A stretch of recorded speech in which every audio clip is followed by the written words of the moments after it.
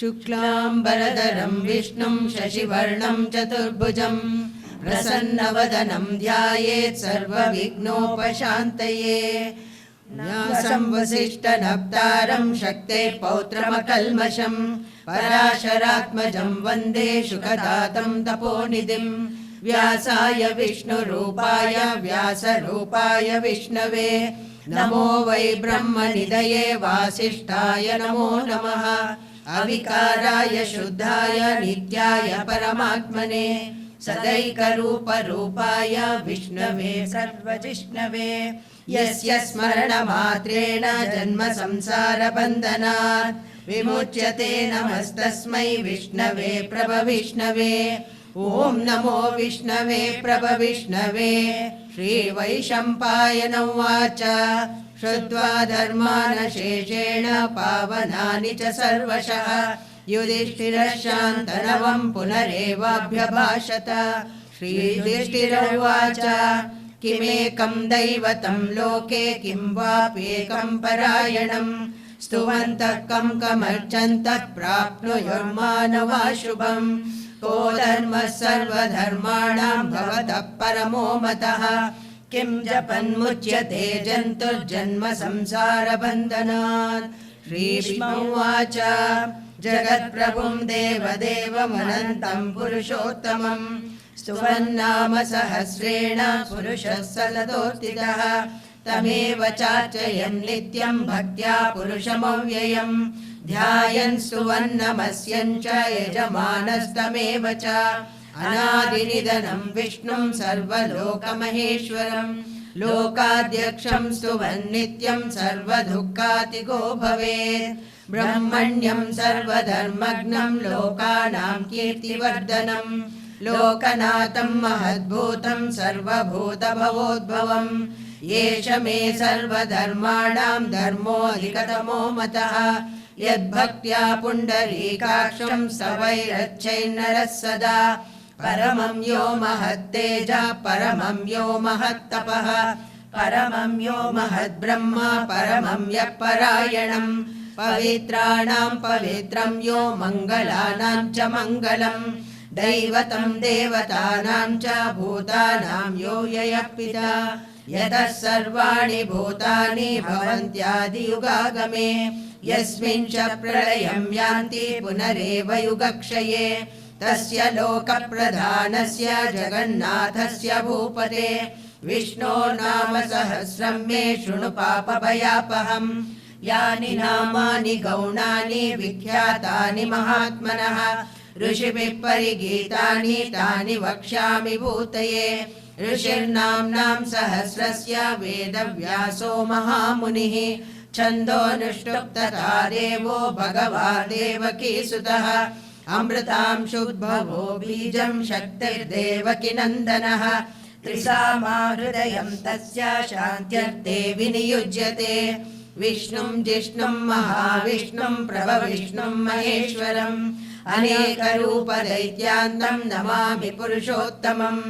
अस्य श्रीविष्णोर्दिव्यसहस्रनाम स्तोत्रमहामन्त्रस्य श्रीवेदव्यासो भगवान् ऋषिः अनुष्टुप् छन्दः। श्रीमहाविष्णुः परमात्मा श्रीमन्नारायणो देवता अमृतांशुद्भवो भानुरिति बीजम् देवकी नन्दन सृष्टेति शक्तिः उद्भवक्षोभणो देव इति परमो मन्त्रः शङ्खबृन्नन्दकी चक्रीति कीलकम् शाङ्ग्रधन्वा गदाधर इत्यस्त्रम् रथाङ्गपाणिरक्षोभ्य इति नेत्रम् त्रिसामा सामगः सामेति कवचम् आनन्दम् परब्रह्मेति योनिः ऋतुः सुदर्शनः काल इति दिग्बन्धः श्रीविश्वरूप इति ध्यानम्। श्रीमहाविष्णुः प्रीत्यर्थे सहस्रनाम ध्यानम्। क्षीरोदन्वत्र देशे शुचिमणिविलसत्सैकते मौक्तिकानाम् माला क्लृप्तासनस्तस्फटिकमणिनिभैर्मौक्तिकैर्मण्डिताङ्गः शुभ्रैरभ्रैरदभ्रैरुपरि विलिचितैर्मुक्तपीयूषवर्षैः आनन्देन पुनीयादरिणलिनगदा शङ्खपाणिर्मुकुन्दः भूपादौ यस्य नाभिर्वियदसुरनिलश्चन्द्रसूर्यौ च नेत्रे कर्णावाशा शिरोद्यौर्मुखमपि दहनो यस्य वासेयमब्धिः अन्तस्तं यस्य विश्वं सुरनरखगो भोगि गन्धर्वदैत्यैः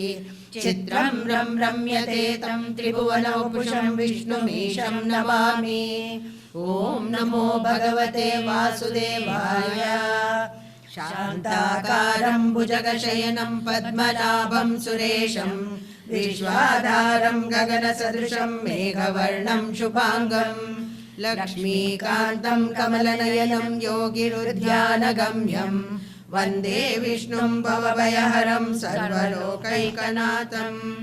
मेघश्यामं पीतकौशेयवासं श्रीवत्साङ्गं कौस्तुभोद्भासिताङ्गं पुण्योपेतं पुण्डरीकायताक्षं विष्णुं वन्दे सर्वलोकैकनाथं नमः समस्तभूतानामादिभूताय भूभृते अनेकरूपरूपाय विष्णवे ब्रह्मविष्णवे सशङ्खचक्रं सकिरीटकुण्डलं सपीतवस्त्रं सरसीरुहेक्षणं सहारवक्षस्थलशोभिकौस्तुभं नमामि विष्णुं शिरसा चतुर्भुजम् छायायां पारिजातस्य हेमसिंहासनोपरि आसीनमम्बुदश्यामम् आयताक्षमलङ्कृतं चन्द्राननं चतुर्बाहुं श्रीवत्साङ्कितवक्षसं रुक्मिणी सत्यभामाभ्यां सहितं कृष्णमाश्रये।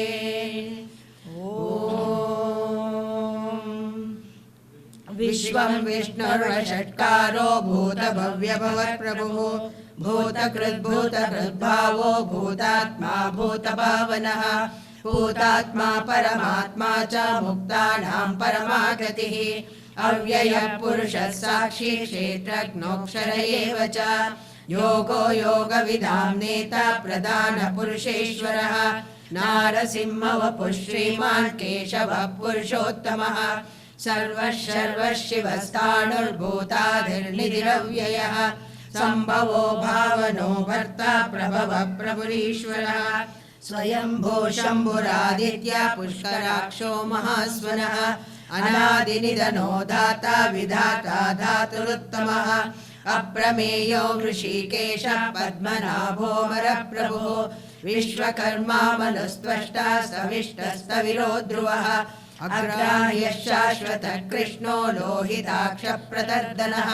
प्रभूतस्त्रिककुब्धामा पवित्रं मङ्गलं परम् ईशानः प्राणदः प्राणो ज्येष्ठश्रेष्ठः प्रजापतिः हिरण्यगर्भो भूगर्भो माधवो मधुसूदनः ईश्वरो विक्रमी धन्वी मेधावी विक्रमक्रमः अनुत्तमो दुरादर्शः कृतघ्नः कृतिरात्मवान् सुरेशः शरणं शर्मा विश्वरेता प्रजाभवः अहत् संवत्सरो व्यालः प्रत्ययः सर्वदर्शनः अजः सर्वेश्वरः सिद्धः सिद्धिः सर्वाधिरच्युतः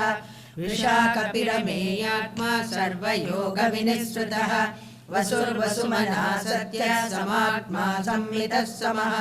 अमोघः पुण्डरीकाक्षो वृषकर्मा वृषाकृतिः रुद्रो बहुशिरा बभ्रुर्विश्वयोनिश्चुचिश्रवाः अमृतः शाश्वतस्ताणुर्वरारोहो महातपाः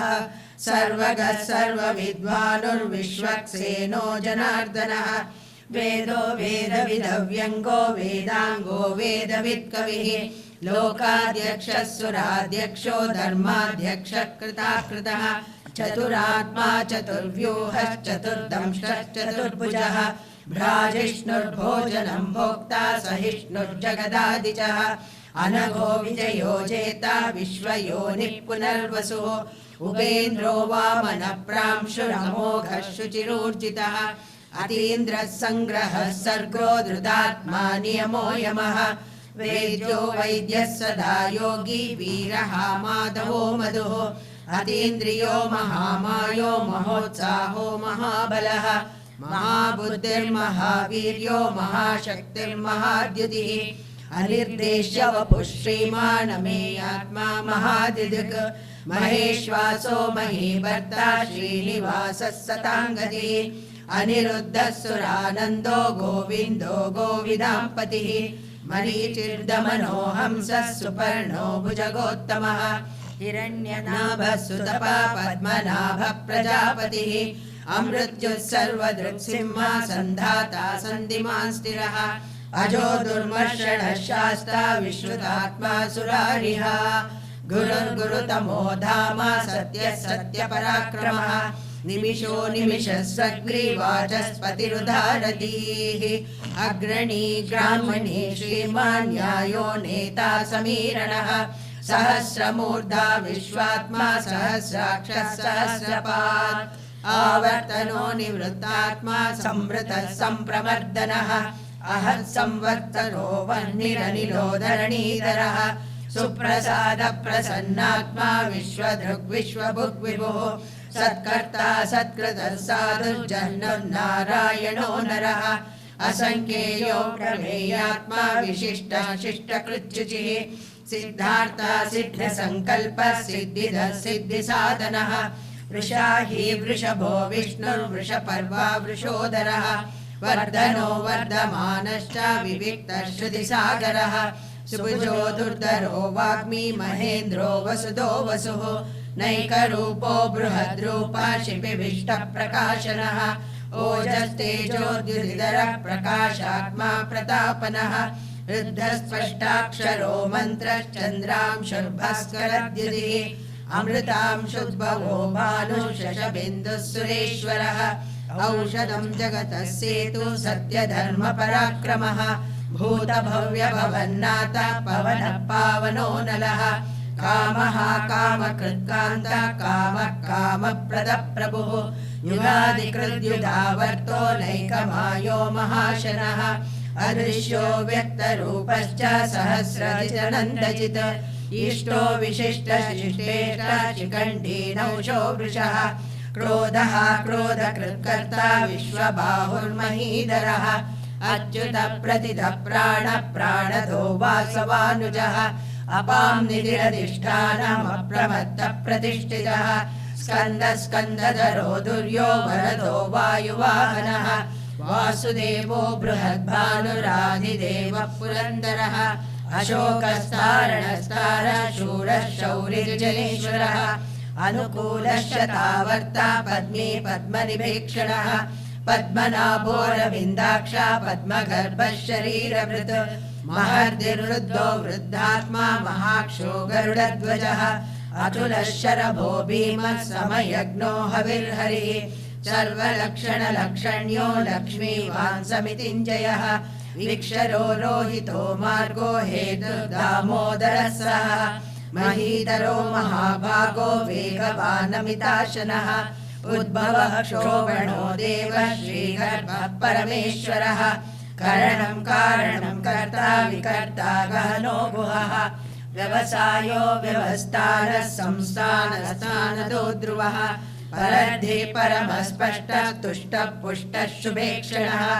रामो विरामो विरतो मार्गो नेयो नयोनयः वीरः शक्तिमतां श्रेष्ठो धर्मो धर्मविदुत्तमः वैकुण्ठः पुरुषः प्राणः प्राणदः प्रणवः क्रतुः हिरण्यगर्भः शत्रुघ्नो व्याप्तो वायुरधोक्षजः ऋतुः सुदर्शनः कालः परमेष्टि परिग्रहः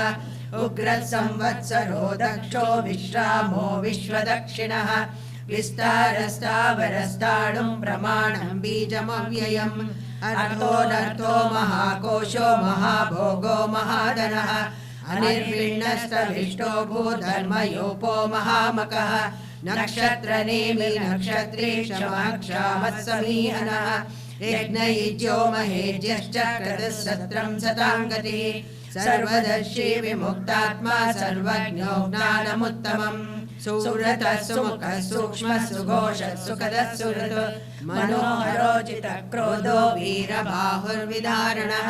स्वापनः स्ववशो व्यापी नैकात्मा नैककर्मकृत् वत्सरो वत्सलो वत्सी रत्नगर्भोदनेश्वरः धर्मकृद्धर्मी सदसक्षरमक्षरम् अविज्ञाता सहस्रांशुर्विधाता कृतलक्षणः गभस्तिनेमि सत्त्वस्थः सिंहो भूतमहेश्वरः आदिदेवो महादेवो देवेशो देवभृद्गुरुः उत्तरो गोपतिर्गोप्ता ज्ञानगम्य पुरातनः शरीरभूतभृद्भोक्ता कपीन्द्रो भूरि दक्षिणः सोमपोमृतपः सोमः पुरुषत्तमः विनयो जय सत्यसन्धो दाशारः सात्वतां पतिः जीवो विनयिता साक्षी मुकुन्दो वितविक्रमः अम्भोनिधिरनन्तात्मा महोदधिशयोऽन्तकः अजो महानः स्वाभाव्योजिता मित्रप्रमोदनः आनन्दो नन्दनो नन्दः सत्यधर्मा त्रिविक्रमः महर्षि कपिलाचार्य कृतघ्नो मेदिनीपतिः त्रिपदस्त्रिदशाध्यक्षो महाशृङ्गकृतान्तकृत महावराहो गोविन्दः सुषेण कनकाङ्गदी गुह्यो गभीरो गहनो गुप्तश्चक्रगदाधरः वेदास्वाङ्गोजितः कृष्णो दृढः सङ्कर्षणोच्युतः वरुणो वारुणो वृक्षा पुष्कराक्षो महामनाः भगवान् भगवानन्दी वनमाली हलायुधः आदित्यो ज्योतिरादित्य सहिष्णुर्गतिसत्तमः सुधन्वा खण्डपरिषद्धारणो द्रविणप्रदः दिवस्पृक् सर्वदृग्व्यासो वाचस्पतिरयो निजः ऋसामा निर्वाणं भेषजं विशक् सन्न्यासकृच्चमशान्तो निष्ठा शान्तिपरायणम् शुभाङ्गः शान्तिदः सृष्टा कुमुदः कुवलेशयः गोहितो गोपतिर्गोप्ता वृषभाक्षो वृषप्रियः अनिवर्ती निवृत्तात्मा संक्षेप्ता क्षेमकृच्छिवः श्रीवत्सवक्षा श्रीवासा श्रीपतिः श्रीमताम्बरः श्रीधर श्रीश श्रीनिवास श्रीनिधि श्रीविभावनः श्रीधर श्रीकर श्रेय श्रीमान् लोकत्रयाश्रयः स्वक्षस्वङ्गशतानन्दो नन्दिर्ज्योतिर्गणेश्वरः विजितात्मा विधेयात्मा सत्कीर्तिश्चिन्न संशयः उदीर्णः सर्वतः चक्षुरनीशः शाश्वतस्थिरः भूषयो भूषणो भूतिर्विशोकः शोकनाशनः अर्चिष्मानर्चितः कुम्भो विशुद्धात्मा विशोधनः अनिरुद्धो प्रतिरतः प्रद्युम्नो मितविक्रमः कालनेमिनिहावीरः शौरी शूरजनेश्वरः त्रिलोकात्मा त्रिलोकेशः केशवः केशिहा हरिः कामदेवः कामपालः कामी कान्तकृतागमः अनिर्देश्य वपुर्विष्णो वीरो नन्दो धनञ्जयः ब्रह्मण्यो ब्रह्मकृद् ब्रह्मा ब्रह्म ब्रह्म विवर्धनः ब्रह्मविद् ब्राह्मणो ब्रह्मी ब्रह्मज्ञो ब्राह्मणप्रियः महाक्रमो महाकर्मा महातेजा महोरगः महाक्रतुर्महायज्वा महायज्ञो महाहविः स्तव्यस्तवप्रियस्तोत्रं स्तुतिस्तोतारणप्रियः पूर्णपूरयिता पुण्य पुण्यकीर्तिरनामयः मनोजवस्तीर्थकरो वसुरेता वसुप्रदः वसुप्रदो वासुदेवो वसुर्वसुमनाहविः सद्गतिः सत्कृतिः सत्ता सद्भूतिः सत्परायणः शूरसेनो यदुश्रेष्ठः सन्निवासः सुयामुनः भूतावासो वासुदेवः सर्वासुनिलयो नरः दर्पः दर्पदो दृप्तो दुर्धरोधा पराजितः विश्वमूर्तिर्महामूर्तिर्दीप्तमूर्तिरमूर्तिमान् अनेकमूर्तिरव्यक्तः शतमूर्तिः शताननः एकोनैकः सवः किं यत्तत्पदमनुत्तमम् लोकबन्धुर्लोकनाथो माधवो भक्तवत्सलः सुवर्णवर्णो हेमाङ्गो वराङ्गश्चन्दनाङ्गदी वीरः विषमः शून्यो घृताशीरचलश्चलः अमानी मानदो मान्यो लोकस्वामीति लोकजग सुमेधामेधजो धन्या सत्यमेधाधराधरः तेजो वृषोद्युतिधरः सर्वशस्त्रभृताम्बरः प्रग्रहो निग्रहो व्यग्रो नैकशृङ्गो गदाग्रजः चतुर्मूर्तिश्चतुर्बाहु चतुर्व्यूहः चतुर्गतिः चतुरात्मा चतुर्भावः चतुर्वेदविदेकपात् समावर्तो निवृत्तात्मा दुर्जयो दुरतिक्रमः दुर्लभो दुर्गमो दुर्गो दुरावासो दुरारिः शुभांगो लोकसारंगा सदन्तुस्तन्तुवर्धनः इंद्रकर्मा महाकर्मा कृतकर्मा कृतागमः उद्भवः सुन्दरः सुन्दो रत्ननाभः सुलोचनः अर्को वाजसनः शृंगी जयन्तः सर्वविजयी सुवर्णबिन्दुरक्षोभ्यः सर्वभागीश्वरेश्वरः महारथो महाकर्तो महाभूतो महानिधिः कुमुदः कुन्दरः कुन्दः पर्जन्यः पावनो निलः अमृतांशो अमृतवपुः सर्वज्ञः सर्वतोमुखः सुलभः सुहृतः सिद्धः शत्रुजित् शत्रुतापनः निग्रोधोदुम्बरोश्वत्तश्चाणूरान्ध्रनिषूदनः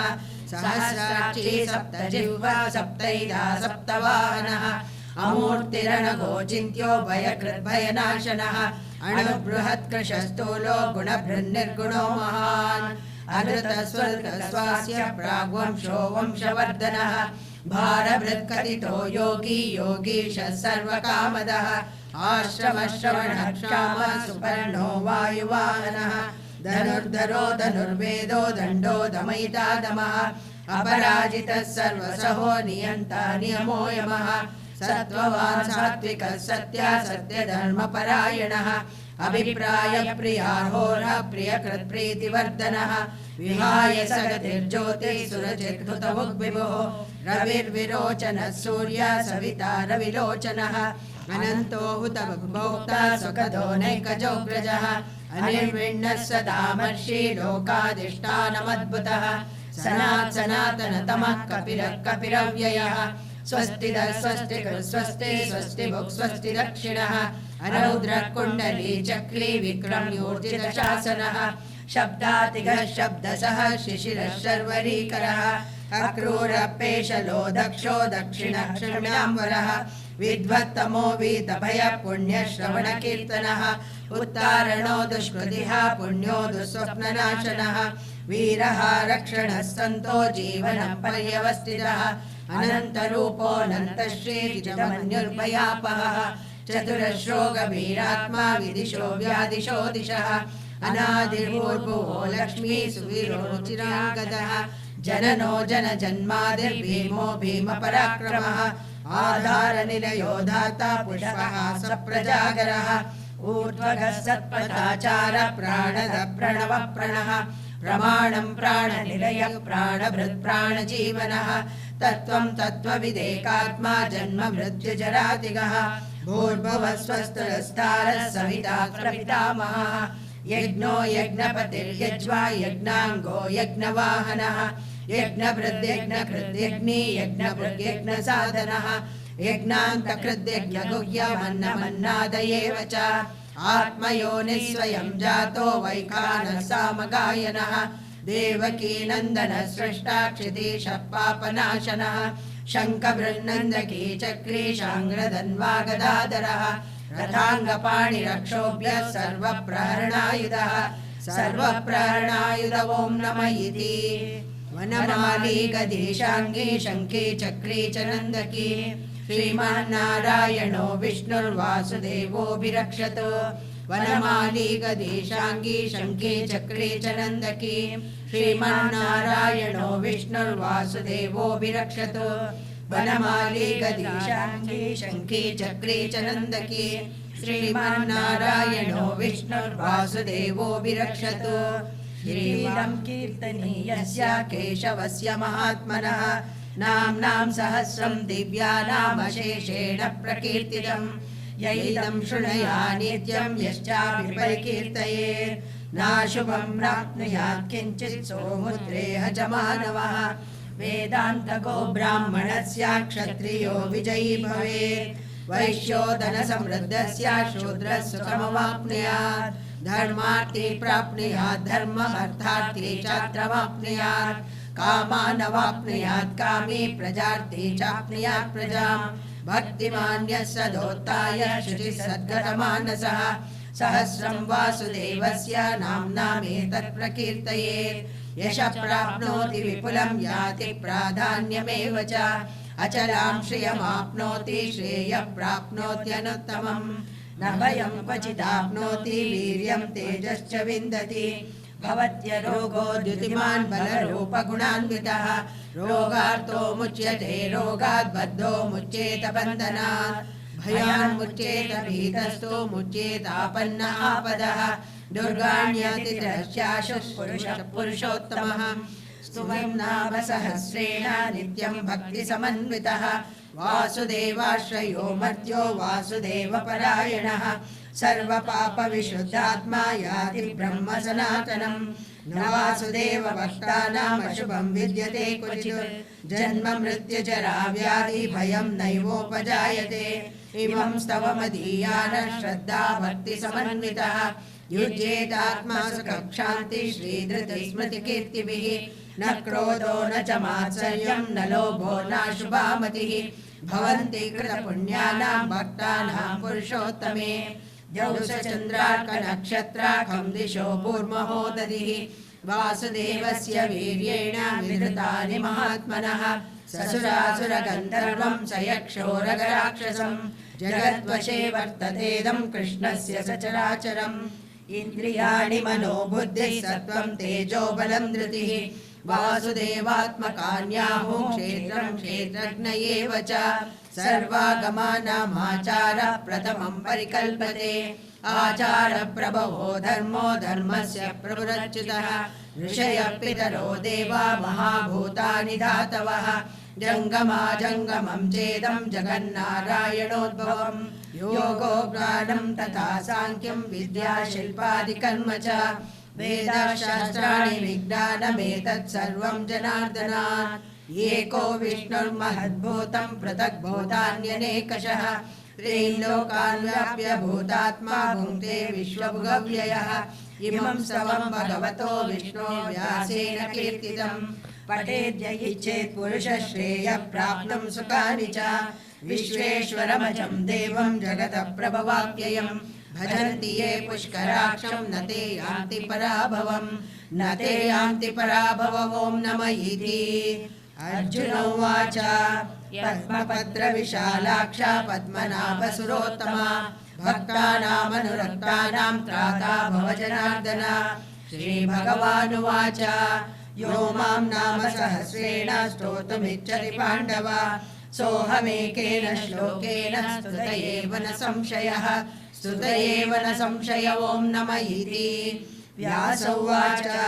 वासनाद् वासुदेवस्य वासितं भुवनत्रयं सर्वभूतनिवासोऽसि वासुदेव नमोऽस्तु ते श्रीवासुदेव नमोऽस्तु ॐ नमः इति पार्वत्युवाच केनोपायेन लघुना विष्णो नाम सहस्रकम् पठ्यते पंडितै नित्यं श्रोतुमिच्छाम्यहं प्रभो ईश्वर उवाच श्रीराम राम रामेति रमे रामे मनोरमे सहस्रनाम तत्तुल्यं राम नाम वरानने श्रीराम राम रामेति रमे रामे मनोरमे सहस्रनाम तत्तुल्यं राम नाम वरानने श्रीराम राम रामेति रमे रामे मनोरमे सहस्रनाम तत्तुल्यं राम नाम वरानने श्रीराम नाम वरानन ॐ नमः इति ब्रह्मोवाच नमोऽस्तु अनन्ताय सहस्रमूर्तये सहस्रपादाक्षिशिरोर्बाहवे सहस्रनाम्ने पुरुषाय शाश्वते सहस्रकोटियुगधारिणे नमः सहस्रकोटियुगधारिणे नमो नमः इति सञ्जय उवाच यत्र योगेश्वर कृष्णो यत्र पार्थो धनुर्धरः तत्र श्रीर्विजयो भूतिर्ध्रुवा नीतिर्मतिर्मम श्रीभगवानुवाच अनन्याश्चिन्तयन्तो मां ये जनाः पर्युपासते तेषां नित्याभियुक्तानां योगक्षेमं वहाम्यहम् परित्राणाय साधूनां विनाशाय च दुष्कृतां धर्म संस्थापनार्थाय सम्भवामि युगे युगे आर्ता विषण्णा शिथिलाश्च भीताः घोरेषु च व्याधिषु वर्तमानाः संकीर्त्य नारायण शब्दमात्रं विमुक्तदुःखाः सुखिनो भवन्तु आर्ता विषण्णा शिथिलाश्च भीताः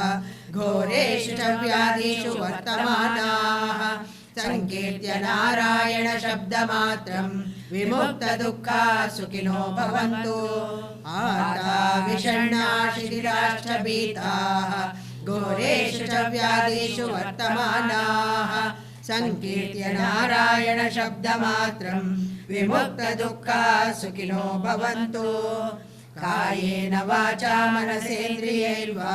बुद्ध्यात्मना वा प्रकृते स्वभावात् करोमि यद्यत् सकलं परस्मै नारायणायेति समर्पयामि यदक्षरपदभ्रष्टं मात्राहीनं तु यद्भवेत् तत्सर्वं क्षम्यतां देव नारायण नमोऽस्तुते विसर्गबिन्दुमात्राणि पदपादाक्षराणि च न्यूनातिचातिरिक्तानि क्षमस्व पुरुषोत्तमा।